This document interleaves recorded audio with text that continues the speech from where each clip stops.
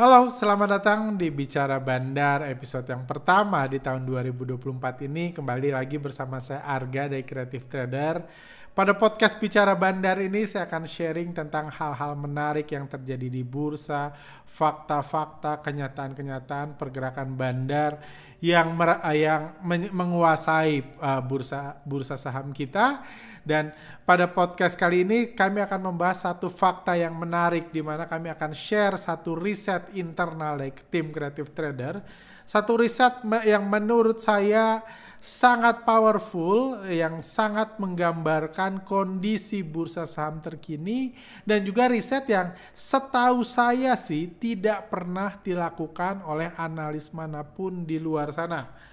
Di bursa saham Indonesia saya nggak pernah dengar ada satu analis melakukan riset yang ini. Saya nggak tahu apakah memang nggak pernah ada yang melakukan riset, nggak ada yang bisa melakukan riset yang sama, atau mungkin sebenarnya mereka melakukan riset tetapi ketika melihat hasilnya mereka nggak mau publish.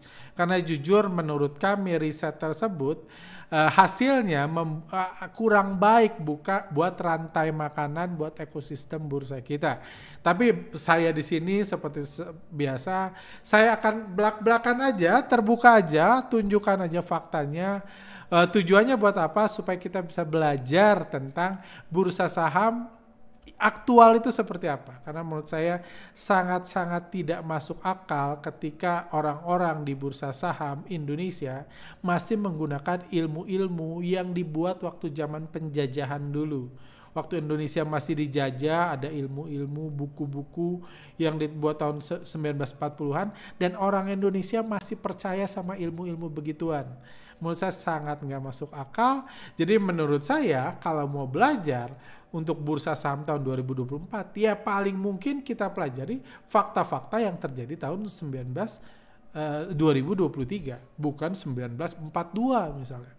Atau ilmu-ilmu jadul lainnya yang somehow di bursa kita masih saja digunakan. Karena sebagai orang saham saya sih malu ya, karena setahu saya di luaran sana bursa saham adalah tempat yang ilmu yang digunakannya paling jadul di antara sektor-sektor lainnya. Pengobatan tahun 1940 pasti tidak dipakai lagi sampai hari ini. Tapi di Indonesia mitos-mitos tahun 1960 itu masih terus digunakan. Jadi mudah-mudahan setelah podcast ini dirilis, semua mitos-mitos yang salah akan dihapus dan bursa kita, investor retail, menjadi go to the next level, jadi aktual dengan kondisi bursa saham. Jadi podcast kali ini kami beri nama Annual Report 2023. Jadi di sini kita coba membahas apa aja yang terjadi tahun 2023 untuk dilaporkan dan untuk dijadikan pembelajaran tahun 2024 ini. Ada hal-hal menarik tentunya, ada value investing 2.0, ada IPO party, ada RIP fundamental, ada kebangkitan saham brand menjadi perusahaan nomor 1 di dunia, dan juga ada munculnya sosok Bapak Prayogo Pangestu yang bisa kita sebut sebagai Bapak Saham Indonesia, yang mengharumkan nama bangsa kita di mata dunia, yang kekayaannya bahkan 400 kali lipat dibanding sosok yang sering dianggap Bapak Saham Indonesia, Bapak LKH. Seperti itu. Jadi apa aja hal-hal menarik yang terjadi tahun 2023? Pertama adalah IPO party. Tahun 2023 menjadi rekor baru dalam sejarah RI, di mana ada 79 saham yang IPO yang berhasil dicetak di BEI sepanjang tahun 2023. Sebenarnya targetnya itu ada 94 perusahaan IPO, biar on track tahun 2024 ini ada 100 emiten IPO.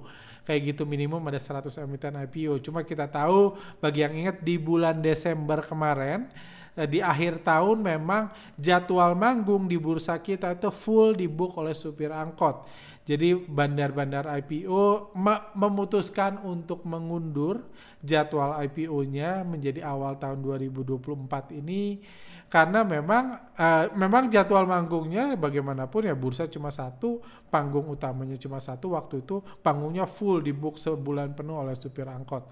Jadi nggak bisa mereka IPO, nggak bisa mereka tampil untuk memancing investor retail jadi tahun 2024. Seperti itu. Dan dari report dari saham-saham IPO tersebut, dari 79 saham IPO, yang terbaik adalah saham cuan naik 6.000%. Jadi ini terbaik dari 70 saham cuan. Dan menariknya 5 saham IPO ada dari 10 saham terbaik di BEI tahun 2023. Jadi perusahaan terbaik adalah perusahaan yang baru IPO. Itulah faktanya. Ini juga tidak sesuai dengan mitos purbakala yang mengatakan saham IPO adalah saham yang buruk karena belum terbukti kinerjanya. Karena saham IPO setelah terbukti kinerjanya kemungkinan akan delisting. Tapi sebelum delisting dia jadi saham-saham terbaik di BEI. Jadi hapus itu ilmu yang tidak terbukti. Saham IPO adalah saham yang buruk, itu tidak terbukti. Karena 5 saham terbaik di tahun 5 dari 10 saham terbaik di BEI itu 5 sahamnya baru IPO tahun 2023. Tentunya di bursa kita bukan hanya ada saham yang naik, saham IPO yang naik, tapi juga ada saham IPO yang turun.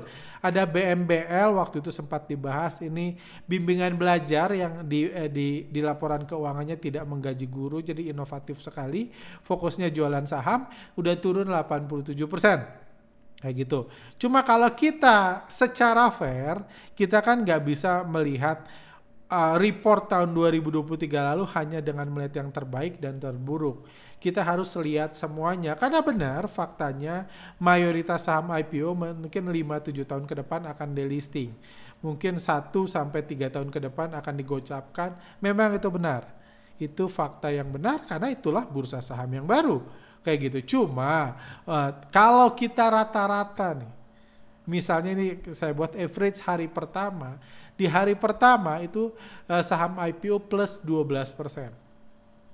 Ya, rata-rata semua saham IPO di hari pertama itu di tahun 2023 itu plus 12%.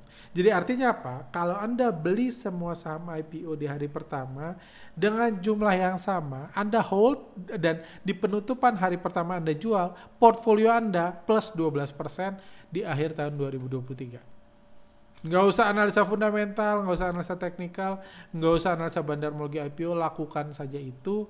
Kinerja portfolio Anda harusnya plus 12% karena itulah rata-rata. Terlepas dari ada yang ARB berjilid-jilid, ada yang digoreng, ada yang naik sampai 6.000%.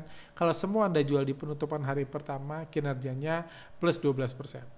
Tapi ada yang bilang, kalau hari pertama nggak sempat jual gimana? Kami buat statistik lain. Ini average performa 20 hari pertama. Jadi kalau semua Anda beli di harga IPO, Anda tunggu 20 hari, di hari yang ke-20 Anda jual, jadi nggak ada. Jadi ini udah sebulan ya, Anda tunggu sebulan, di hari 20 kejual, kinerjanya masih naik 25%. Jadi mitos-mitos haters yang mengatakan saham IPO hanya naik di hari pertama, itu juga bohong.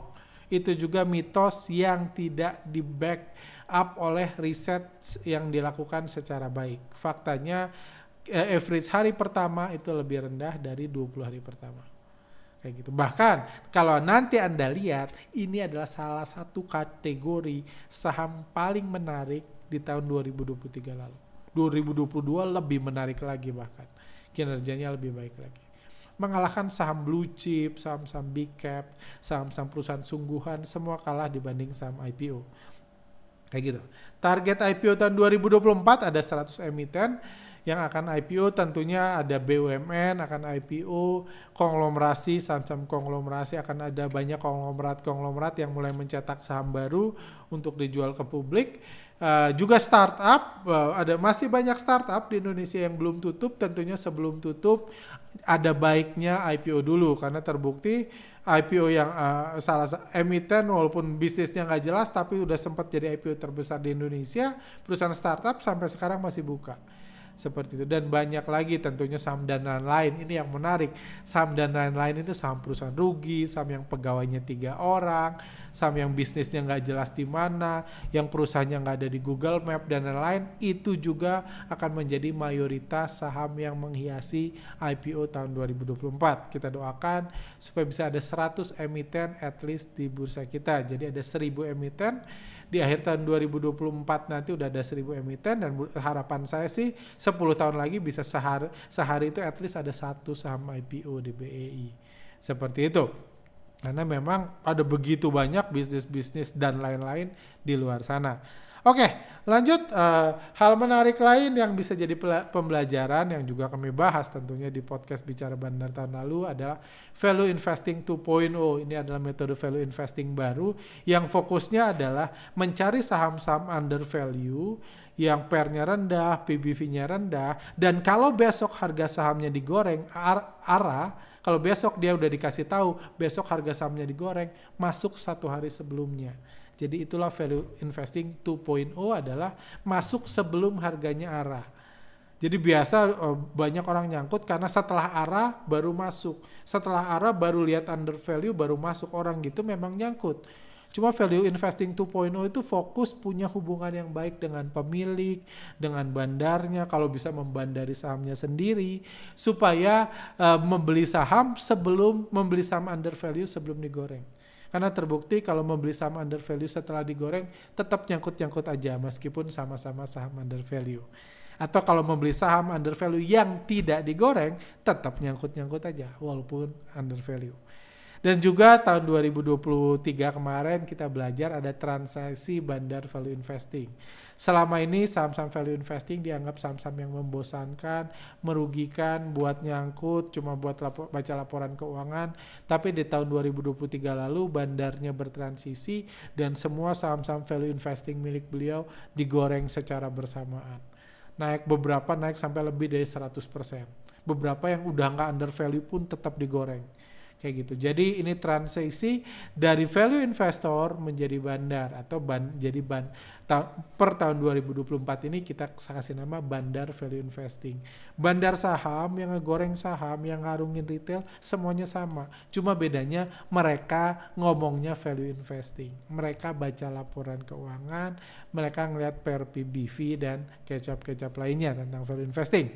Itu yang kedua. Yang ketiga tentunya menarik di-mention juga adalah exit strategi di GoTo. Kita lihat CEO GoTo, salah satu saham paling fenomenal tahun 2022 lalu, sahamnya jatuh hari ini tahun 2023, dan para founder-foundernya, orang-orang yang ikut pembukaan dalam ini semuanya jualan saham. Satu di PHK, yang lain jualan saham GoTo dan menyerap investor retail. Itu juga fakta, dan sebenarnya mereka jual bukan karena prospeknya buruk, fundamentalnya jelek atau lain-lain, simply mereka jual untuk bayar kredit. Jadi ini terobosan baru juga, di mana ternyata kalau Anda bisa buat startup, bisa IPO kan, Anda bayar KPR, bayar lain-lain, itu nggak usah Anda yang bayar, bisa masyarakat melalui menjual sahamnya di bursa saham ke investor retail. Seperti itu. Dan tentunya berita terbesar tahun 2023 lalu adalah hadirnya Bapak Saham Indonesia, Bapak Prayogo Pangestu, yang masuk ke ranking 4 orang yang kekayaannya tumbuh paling cepat di tahun 2023. Pak Prayogo Pangestu kekayaannya total 52,8 miliar dolar. Ini sampai akhir tahun 2023. Beliau ini hanya di bawah Bapak Pom-Pom dunia Elon Musk, Mark Zuckerberg, dan Jeff Bezos. Warren Buffett udah lewat jauh. Jadi Pak Prayogo Pangestu ini bukan hanya mengalahkan Bapak LKH atau Bapak Saham Indonesia sebelumnya, tapi juga mengalahkan kakek saham dunia Warren Buffett aja tidak sekaya Pak Prayogo Pangestu. Banyak orang yang nyinyir mengatakan beliau ini bisnisnya petrokimia dan lain. Itu dulu sama, dulu juga Bapak Loh Keng Hong kan sempat jadi pegawai bank kan, katanya itu dulu. Waktu jadi pegawai bank, kalau beliau tetap, Pak Loh Keng Hong tetap jadi pegawai bank, nggak akan disebut-sebut sama kita sekarang. Nggak akan kaya seperti sekarang. Sama Pak Prayogo Pangestu pun sahamnya ketika beliau dulu masih jualan bahan kimia, nggak akan kita sebut-sebut, nggak akan jadi kesini. Beliau sukses ini karena beliau masuk ke bisnis saham, jualannya saham kayak gitu. Bahkan nama perusahaannya pun dari petrochemical berubah sekarang per tahun 2024 ini jadi Pacific. kayak gitu. Jadi janganlah, jadi beliau juga sudah mencoba menghapus image jualan bahan kimia tersebut karena beliau udah salah satu orang paling sukses di Indonesia kayak gitu. Dan beliau juga tentunya sahamnya salah satu saham yang baru dicetak, kita nggak tahu ini sebenarnya perusahaannya ada atau nggak, saya nggak tahu, tapi sempat menjadi perusahaan terbesar, market cap terbesar di Indonesia, yaitu saham brand yang sempat menyusul market capnya BBCA seperti itu. Padahal di googling di Google Maps sendiri perusahaannya nggak ada sebenarnya, nggak ada alamatnya di Google Map. Jadi ya kita nggak tahu itu apa, tapi yang pasti itu pernah jadi perusahaan nomor 1 di Indonesia sebelum aksi profit taking dimulai. Seperti itu. Oke, yang terakhir yang paling seru, kita akan bahas report saham 2023. Jadi kita riset semua, ada 900 saham 2023. Kita lihat saham terbaiknya apa sepanjang 2023. Kita lihat nasib saham-saham berfundamental baik, kan konon katanya, kata yang jualan workshop fundamental, katanya saham fundamental baik itu harga sahamnya pasti naik, akan naik, pasti memberikan keuntungan. Kita buktikan, kita coba buktikan benar atau salah saham fundamental baik benar-benar naik. Mitos mengatakan saham fundamental busuk pasti hancur. Kita buktikan juga sepanjang tahun 2023 apakah benar saham fundamental busuk itu harganya benar-benar hancur. Atau bahkan kinerjanya lebih baik dari saham fundamental baik. Kayak gitu. Kita lihat juga ada mitos, konon katanya saham yang under value itu harga sahamnya akan naik. Kita lihat. Apa benar tuh? Sepanjang tahun 2023 saham-saham under value adalah saham-saham yang naik paling banyak. Atau justru malah turun. Overall ya, kita nggak cherry picking, pilih satu, pilih ini, enggak. Kita lihat overall. Terus saham perusahaan rugi. Ada yang bilang jangan beli perusahaan rugi, nggak akan naik. Harga sahamnya buat apa, bodoh. Kita lihat apa benar saham perusahaan rugi, itu harga sahamnya turun signifikan. Jadi itulah yang ingin kami tunjukkan dari riset ini. Dari riset ini kita lihat saham terbaik tahun 2023. Pertama, saham terbaiknya adalah Cuan, menjadi saham terbaik sepanjang tahun 2023. Dia naik 6.002%. Brand, Pani, ini 3 perusahaan ya. AIMS, Aman, Beef, Unik, Wine, Seger. Jujur kalau saya dikatakan tidak satu pun dari perusahaan ini sebenarnya benar-benar ada pun, saya nggak kaget. Tapi kalau ada pun ya saya nggak kaget, sama-sama aja. Tapi ini jelas perusahaan-perusahaan yang saya nggak tahu produknya apa. Dan kalau dia nggak IPO, dia nggak akan masuk, dia nggak akan pernah kita ketahui ini perusahaan ini beneran ada. Awan, Seger, Wine, Unik, Beef, Aman, AIMS, Pani, Brand, dan ini. Mungkin yang agak dikenal publik adalah Pani. Selain itu ada Polu, WIM, BDKR, RAM, Kayu, dan lain-lain. Average totalnya itu 448%. Jadi di sini kita lihat kalau kesimpulan pertama nih bahwa saham-saham terbaik bukan adalah saham-saham perusahaan yang jelas. Nggak ada tuh nama-nama bagus seperti BCA, BRI, Mandiri, BNI, atau apa, DILD, atau apapun, Bluebird, dan lain, Indofood, Astra International, yang bagus-bagus, yang pasti aja yang bisnisnya di mana-mana, itu semuanya nggak masuk menjadi saham terbaik. Karena kembali lagi ini bursa saham, bukan bursa perusahaan. Ngomong perusahaan di kampus aja sana. Ini bursa saham. Jadi saham yang terbaik lah yang ini. Percuma dibilang ini perusahaan terbaik tapi sahamnya turun terus, ya bangkrut juga Anda. Karena ini bursa saham. Yang Anda beli saham, bukan perusahaan. Seperti itu. Oke, itu yang pertama. Semua tahu. Sekarang kita lihat kinerja saham blue chip. Kinerja saham blue chip. Jadi ini kita ambil saham-saham blue chip, saham-saham terbaik. Saham-saham yang dibilang fundamentalnya sangat bagus. Kan ada mitos mengatakan kalau mau beli saham blue chip aja pasti naik. Kita lihat apakah mitos tersebut benar. Ada BCA naik 9,3%. 9%. BRI naik 15,9%. Ini volatilitasnya naik, level naik turunnya. Mandiri naik 21%, Telkom naik 5,3%, Astra turun, Unilever turun 24%, ada AMRT, ada HMSP, ada UNTR turun 13%, Adaro turun 38%, ada PTBA, ada Akra naik 5%, ada Inco turun 39%. Kalau kita rata-rata, ini saham yang perusahaan-perusahaan terbesar dengan untung terbesar, dengan bisnis paling luas di Indonesia, saham-saham blue chip, saham-saham yang sudah terbukti, kalau di rata-rata sepanjang tahun 2023, kalau di rata-rata ini semua kinerjanya, hasilnya ternyata negatif. Hasilnya hanya minus 4,18%. Jadi mitos kalau saham blue chip pasti naik itu juga tidak benar. Itu mitos zaman penjajahan sudah tidak relevan lagi. Jadi saham blue chip ternyata average-nya turun. Artinya apa? Artinya kalau Anda beli semua saham blue chip ini 25-25-nya Anda beli. Anda beli di awal tahun, jual di akhir tahun, Anda rugi. Rugi 4,18%. Memang Anda beli BCA untung, BRI untung, Mandiri untung, tapi banyak juga yang rugi. Beli Adaro nyangkut, UNTR nyangkut, beli PTBA, beli Inco, beli Indofood nyangkut, dan lain-lain. Artinya saham blue chip, pertama saham terbaik bukan saham perusahaan jelas, bukan saham perusahaan blue chip. Kesimpulan pertama. Kedua, saham blue chip nggak pasti naik. Rata-rata saham blue chip di BI tahun 2023 lalu juga ternyata average-nya turun. Kayak gitu. Jadi kalau Anda ada yang bilang beli saham IPO bahaya, Anda juga harus bilang beli saham blue chip lebih bahaya. Karena rata-rata turun 4,18%, sementara blue chip tadi rata-rata 20 hari pertama naik 20 hari pertama naik 25%. Kenapa saya nggak buat IPO 1 tahun pertama? Karena nggak fair menurut saya. Kenapa? Karena tahun ini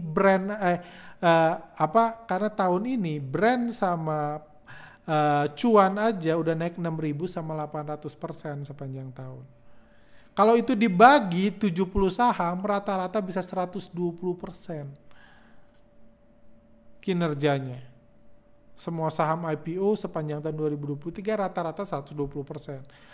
Orang akan berpikir mungkin bakal berarti rata-rata beggar, ya enggak juga. Ada yang digoreng sampai 6.000%, ada yang cuma digoreng 10%, terus dibanting. Tapi di sini kita belajar bahwa yes, saham blue chip tidak lebih aman, bahkan lebih bahaya daripada saham IPO. Saham terbaik bukan saham perusahaan yang jelas-jelasan ada, dan saham blue chip ternyata rata-rata tidak naik. Ini 25 saham blue chip yang bisa dibilang paling bonafit di Indonesia. Oke, sekarang kita bahas saham high dividend. Ini juga saya setuju sih sebenarnya kalau Anda yang nggak bisa analisa bandarmologi, nggak bisa analisa foreign flow, pengen analisa fundamental, carilah saham yang bagi dividen. Saya sangat setuju. Kalau memang Anda cuma mau belajar itu, kenapa? Karena seluruh kegunaan Anda baca laporan keuangan itu dibayarnya pakai dividen. Kalau dia nggak bayar dividen, percuma Anda baca laporan keuangan. Kita lihat saham-saham dengan high dividen di sepanjang tahun 2023. PTBA kasih dividen 41%, harga sahamnya turun 33%. ITMG kasih dividen 33%, harga sahamnya turun lebih banyak tahun 2023. 34%. Ada juga tentunya yang naik, ada PBSA, harga kasih dividen 26%, sepanjang 2023 sahamnya naik 0,7%. Jadi nggak semua turun. Ada Total kasih dividen 25%, sahamnya turun 24,5%. Ada RDTX dan seterusnya, ada juga Nelly, Elsa dan lain-lain. Juga masuk BRI yang dividennya sampai 5%. Kalau di total, average kinerja saham high dividend tahun 2023 lalu itu minus 2,4%. Jadi rugi kalau cuma mikir capital gain, ternyata rugi beli saham dividen. Tapi tentu untungnya dari dividen. Jadi ini bisa dibilang ini at least masih bisa dipertahankan. Dua ilmu tadi udah bubar, udah tidak terbukti secara riset. Kita bahas yang lebih seru. Kita bahas saham dengan saham dengan PBV 1 atau lebih kecil dari 1. Jadi para value investor, para fundamentalis mengatakan saham bagus itu saham yang asetnya banyak, harta perusahaannya banyak, harga sahamnya dikit. Jadi ini kita cari saham-saham yang asetnya, nilai total asetnya, book value-nya lebih tinggi dari harga sahamnya. PBV-nya lebih kecil dari 1. Berarti ini saham-saham undervalue. Saham-saham yang undervalue, yang asetnya lebih tinggi dari ininya. Jadi orang beli aja, ini asetnya lebih tinggi dari harga sahamnya. Perusahaan punya aset 1 triliun, harganya cuma 970 M. Jadi beli aja. Seakan-akan Anda dikasih asetnya. Padahal yang Anda belikan sahamnya kan. Anda nggak dikasih asetnya. Kayak gitu. Itu Anda cuma lihat di buku asetnya 100 triliun gitu. Asetnya 1 triliun Anda lihat di laporan keuangan. Tapi boleh ambil yang nggak boleh lah. Itu aset yang punya. Kayak gitu. Coba kita lihat mitos tersebut benar atau salah. Jadi ini ada 25 saham yang PBV-nya ini kinerjanya itu Java PBV-nya 1 tahun 2023 turun 8,9%. PZZA Pizza Hut PBV-nya 1 tahun 2023 lalu turun 31%. Zebra turun 16%. Ada juga yang naik ternyata saham undervalue ada yang naik. Auto naik 61%, Amin naik 54%, mungkin ini di masa kampanye diborong sama pendukung-pendukungnya. Juga ada juga TBMS, PBV 9,4 naik 64%. Tapi kalau di total saham PBV di bawah 1, 0 sampai 1, jadi ini semua PBV 0 sampai 1 itu kalau di total ternyata dia minus 14,72%. Jadi salah.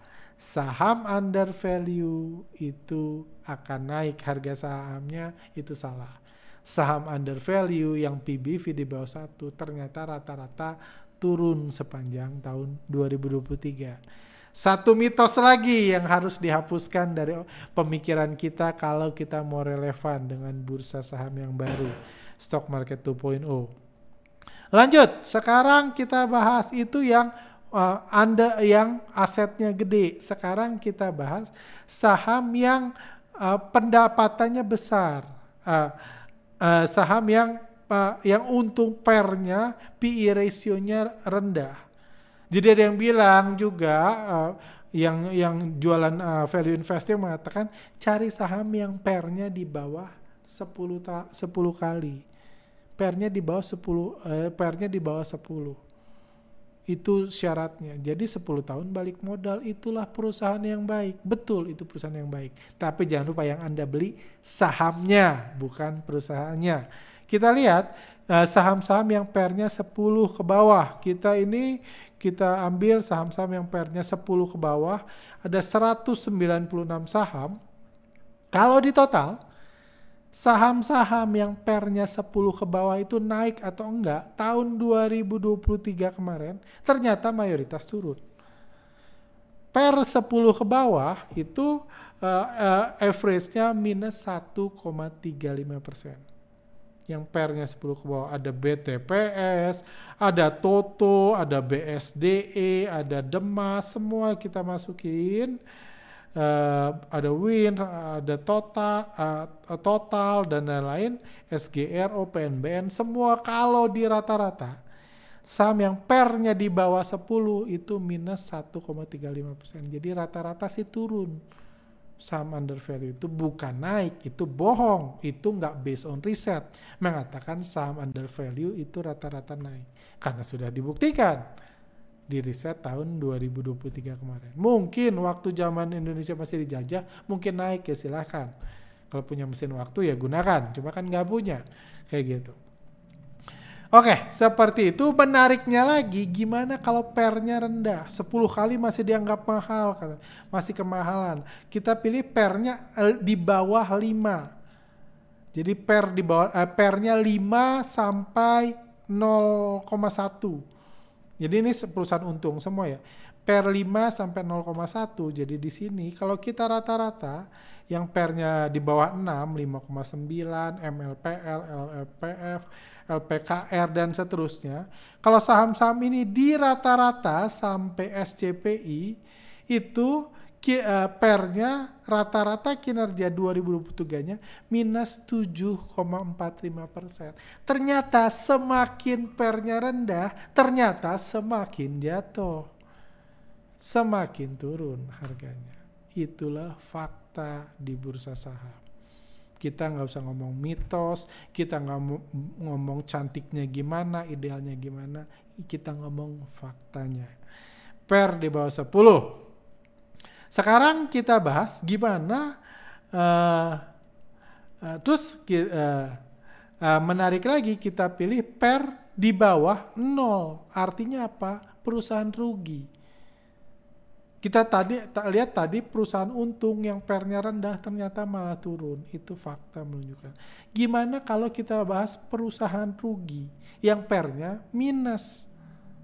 Kejen rugi pairnya minus 2000. Agro minus 1200. Sini Tepia juga perusahaan rugi, jangan salah. Minus 471%. Ada yang naik, ada yang turun, ada yang naik, ada yang turun. Overall, dari 100 saham yang pairnya negatif, average-nya minus 7,7%. Ternyata benar, mayoritas perusahaan rugi itu mengalami penurunan. Itu benar. Tapi itu kalau kita ngomong secara garis besar mayoritas. Tapi ternyata perusahaan yang rugi banget, yang pairnya top 25-nya, yang pairnya paling kecil, yang minusnya paling gede, top 25 ini MTEK, SPAX, BKSL, Kebak, dan lain. Perusahaan yang ruginya besar banget, ternyata harga sahamnya naik. Kalau perusahaan rugi pada umumnya rata-rata turun. Tapi kalau ruginya gede banget, ternyata average-nya plus 2,3% sepanjang tahun. Jadi bisa kita bilang beli saham blue chip sama perusahaan yang rugi banget lebih menguntungkan beli saham yang rugi banget. Fakta ya, ini fakta. Anda boleh nggak terima, nggak cocok dan lain-lain, nggak apa-apa. Cuma kan fakta tetap fakta kan. Data tetap data. Silakan Anda mau mengambil keputusan apa dari data ini, saya cuma membeberkan riset yang ada. Sekarang kita bahas menarik lagi. Kita bahas yang pairnya di atas 50. Saham-saham yang over value. Saham-saham yang over value, yang pairnya itu di atas 50 kali 50 tahun balik modal. Itu kalau kata Pak Guru di kampus sana gitu, dosen di kampus ekonomi. 50 tahun baru balik modal. Ini saham yang over value. Udah kemahalan banget. Kalau kemahalan harusnya turun. Itu teorinya. Kita lihat faktanya. Ternyata saham-saham yang pairnya 50 ke atas, lebih besar dari 50 ada baik. Pairnya 51, harga sahamnya naik 99%. Ada juga yang turun. ESA pairnya 51, harga sahamnya turun 42%. Ada RAM, pairnya 51, harga sahamnya naik 145%. Ada Gosco, ada Dewa, dan lain-lain. Kalau di total, saham yang pairnya di atas 50 ternyata menjadi saham yang terbaik secara rata-rata. Naik 48,35% sepanjang tahun 2023. Jadi kalau ada orang di luaran sana di tahun 2024 ini 2024 ini mengatakan saham over value itu saham sudah kemahalan, pairnya udah 60, itu bakal hancur, tinggal tunggu waktu. Mendingan Anda kalau dengar itu, mendingan Anda private message bilang jangan asal ngomong kalau nggak pakai riset. Jangan asal ngomong pakai ilmu tahun 40-an, 50-an, jangan. Karena itu tidak benar. Itu tidak benar. Bagi mungkin edukator yang buat konten, juga mungkin hati nuraninya setelah melihat riset ini, saya doakan biar tergerak. Supaya tidak mengajarkan lagi hal-hal yang tidak benar. Karena terbukti saham dengan PER di atas 50, rata-ratanya itu naik sampai, semua ini kan dihitung, naik sampai 48%. Seperti itu. Terakhir, saham-saham profit di atas 1 triliun. Saham-saham yang profit untung di atas 1 triliun, kalau kita lihat rata-ratanya 14,85%. Jadi ini mungkin acuan menarik. Jangan saham blue chip, jangan PER-nya. Kalau Anda yang pengen ngotot banget, saya masih harus banget pakai fundamental, harus banget. Kalau nggak dikutuk saya, misalnya kayak gitu. Pemikiran Anda kayak gitu, nggak apa-apa. Kayak gitu. Ternyata saham yang kinerja profitnya di atas 1 triliun, itu average-nya sepanjang tahun 2023 itu 14,85%. Jadi sangat baik ternyata. Jadi kalau kita lihat ada BRI 43 triliun, Mandiri 39 triliun. Itu kalau di total kinerjanya 14,9% kayak gitu. Oh ya, cuma ada cumanya nih. Yang ini. Cuma kinerja ini 14,85% karena kebetulan brand ditulisnya untungnya di atas 1 triliun. Padahal brand ini nggak ada urusannya, dia untung 1 triliun sama rugi 1 triliun, supir angkotnya sama-sama nggak peduli. Jadi kalau Anda ngincar saham di atas yang profitnya di atas 1 triliun, tapi nggak berani beli brand di tahun 2023 lalu, kalau ini dihapus, kita calculate, kinerjanya tinggal 3,45%. Kayak gitu. Jadi hanya karena brand seakan-akan kinerjanya bagus. Karena brand untungnya 1 triliun. Tapi kita tahu brand rugi 20 triliun pun harga sahamnya akan tetap naik ribuan persen. Karena itu urusannya sama supir angkotnya, bukan sama profitnya. Seperti itu. Oke, jadi itulah hasil riset kami. Silahkan, saya nggak mau mendrive Anda ke satu ini, baca laporan keuangan dan lain-lain. Jangan baca laporan keuangan, kasih nama candlestick, ikut workshop bandarmologi, ikut workshop foreign flow dan lain-lain. Saya nggak mau mendrive Anda kemanapun, saya hanya menunjukkan fakta, menunjukkan bukti. Akan ada banyak orang yang mencoba membuat alasan tentang riset ini, ya silahkan. Toh namanya riset, masing-masing berhak mengambil keputusan. Bahkan banyak kalau sekarang, zaman sekarang fundamentalis itu bilang, kalau Anda benar-benar tak ngerti fundamental, kalau belajarnya nggak sepotong-sepotong, fokus melihat laporan keuangan, pasti beli sahamnya kalau nggak BCA ya BRI. Kalau beli saham STRK itu kadang nggak ngerti laporan keuangan. Kalau orang terhadap orang itu, saya iseng aja, saya mau jawab. Kalau beli saham BCA sama BRI, emangnya bagi yang baca saham yang beli, kalau yang dibeli adalah saham BCA dan BRI, emangnya cuan Anda lebih gede kalau Anda baca laporan keuangannya? Emangnya cuan Anda lebih gede? Kalau Anda 3 kali baca laporan keuangannya dan beli BCA dan BRI, apakah cuannya lebih gede daripada yang nggak ngerti laporan keuangan dan beli BCA dan BRI juga? Itu aja. Kok ternyata dibuktikan lebih gede, kok terbukti. Kayak BRI naik 15,9% tahun 2023, tapi saya baca laporan keuangannya 10 kali. Saya di BRI naiknya 40%. Kalau Anda bisa membuktikan itu, silahkan. Kalau rajin baca laporan keuangan BRI, bacalah laporan keuangannya. Kalau nggak punya waktu ya beli sahamnya aja. Kayak gitu. Seperti itu. Oke, sampai sini aja podcast pertama sesi edisi 2024. Kalau ada punya pertanyaan atau lain silahkan tulis di kolom komentar. See you next time.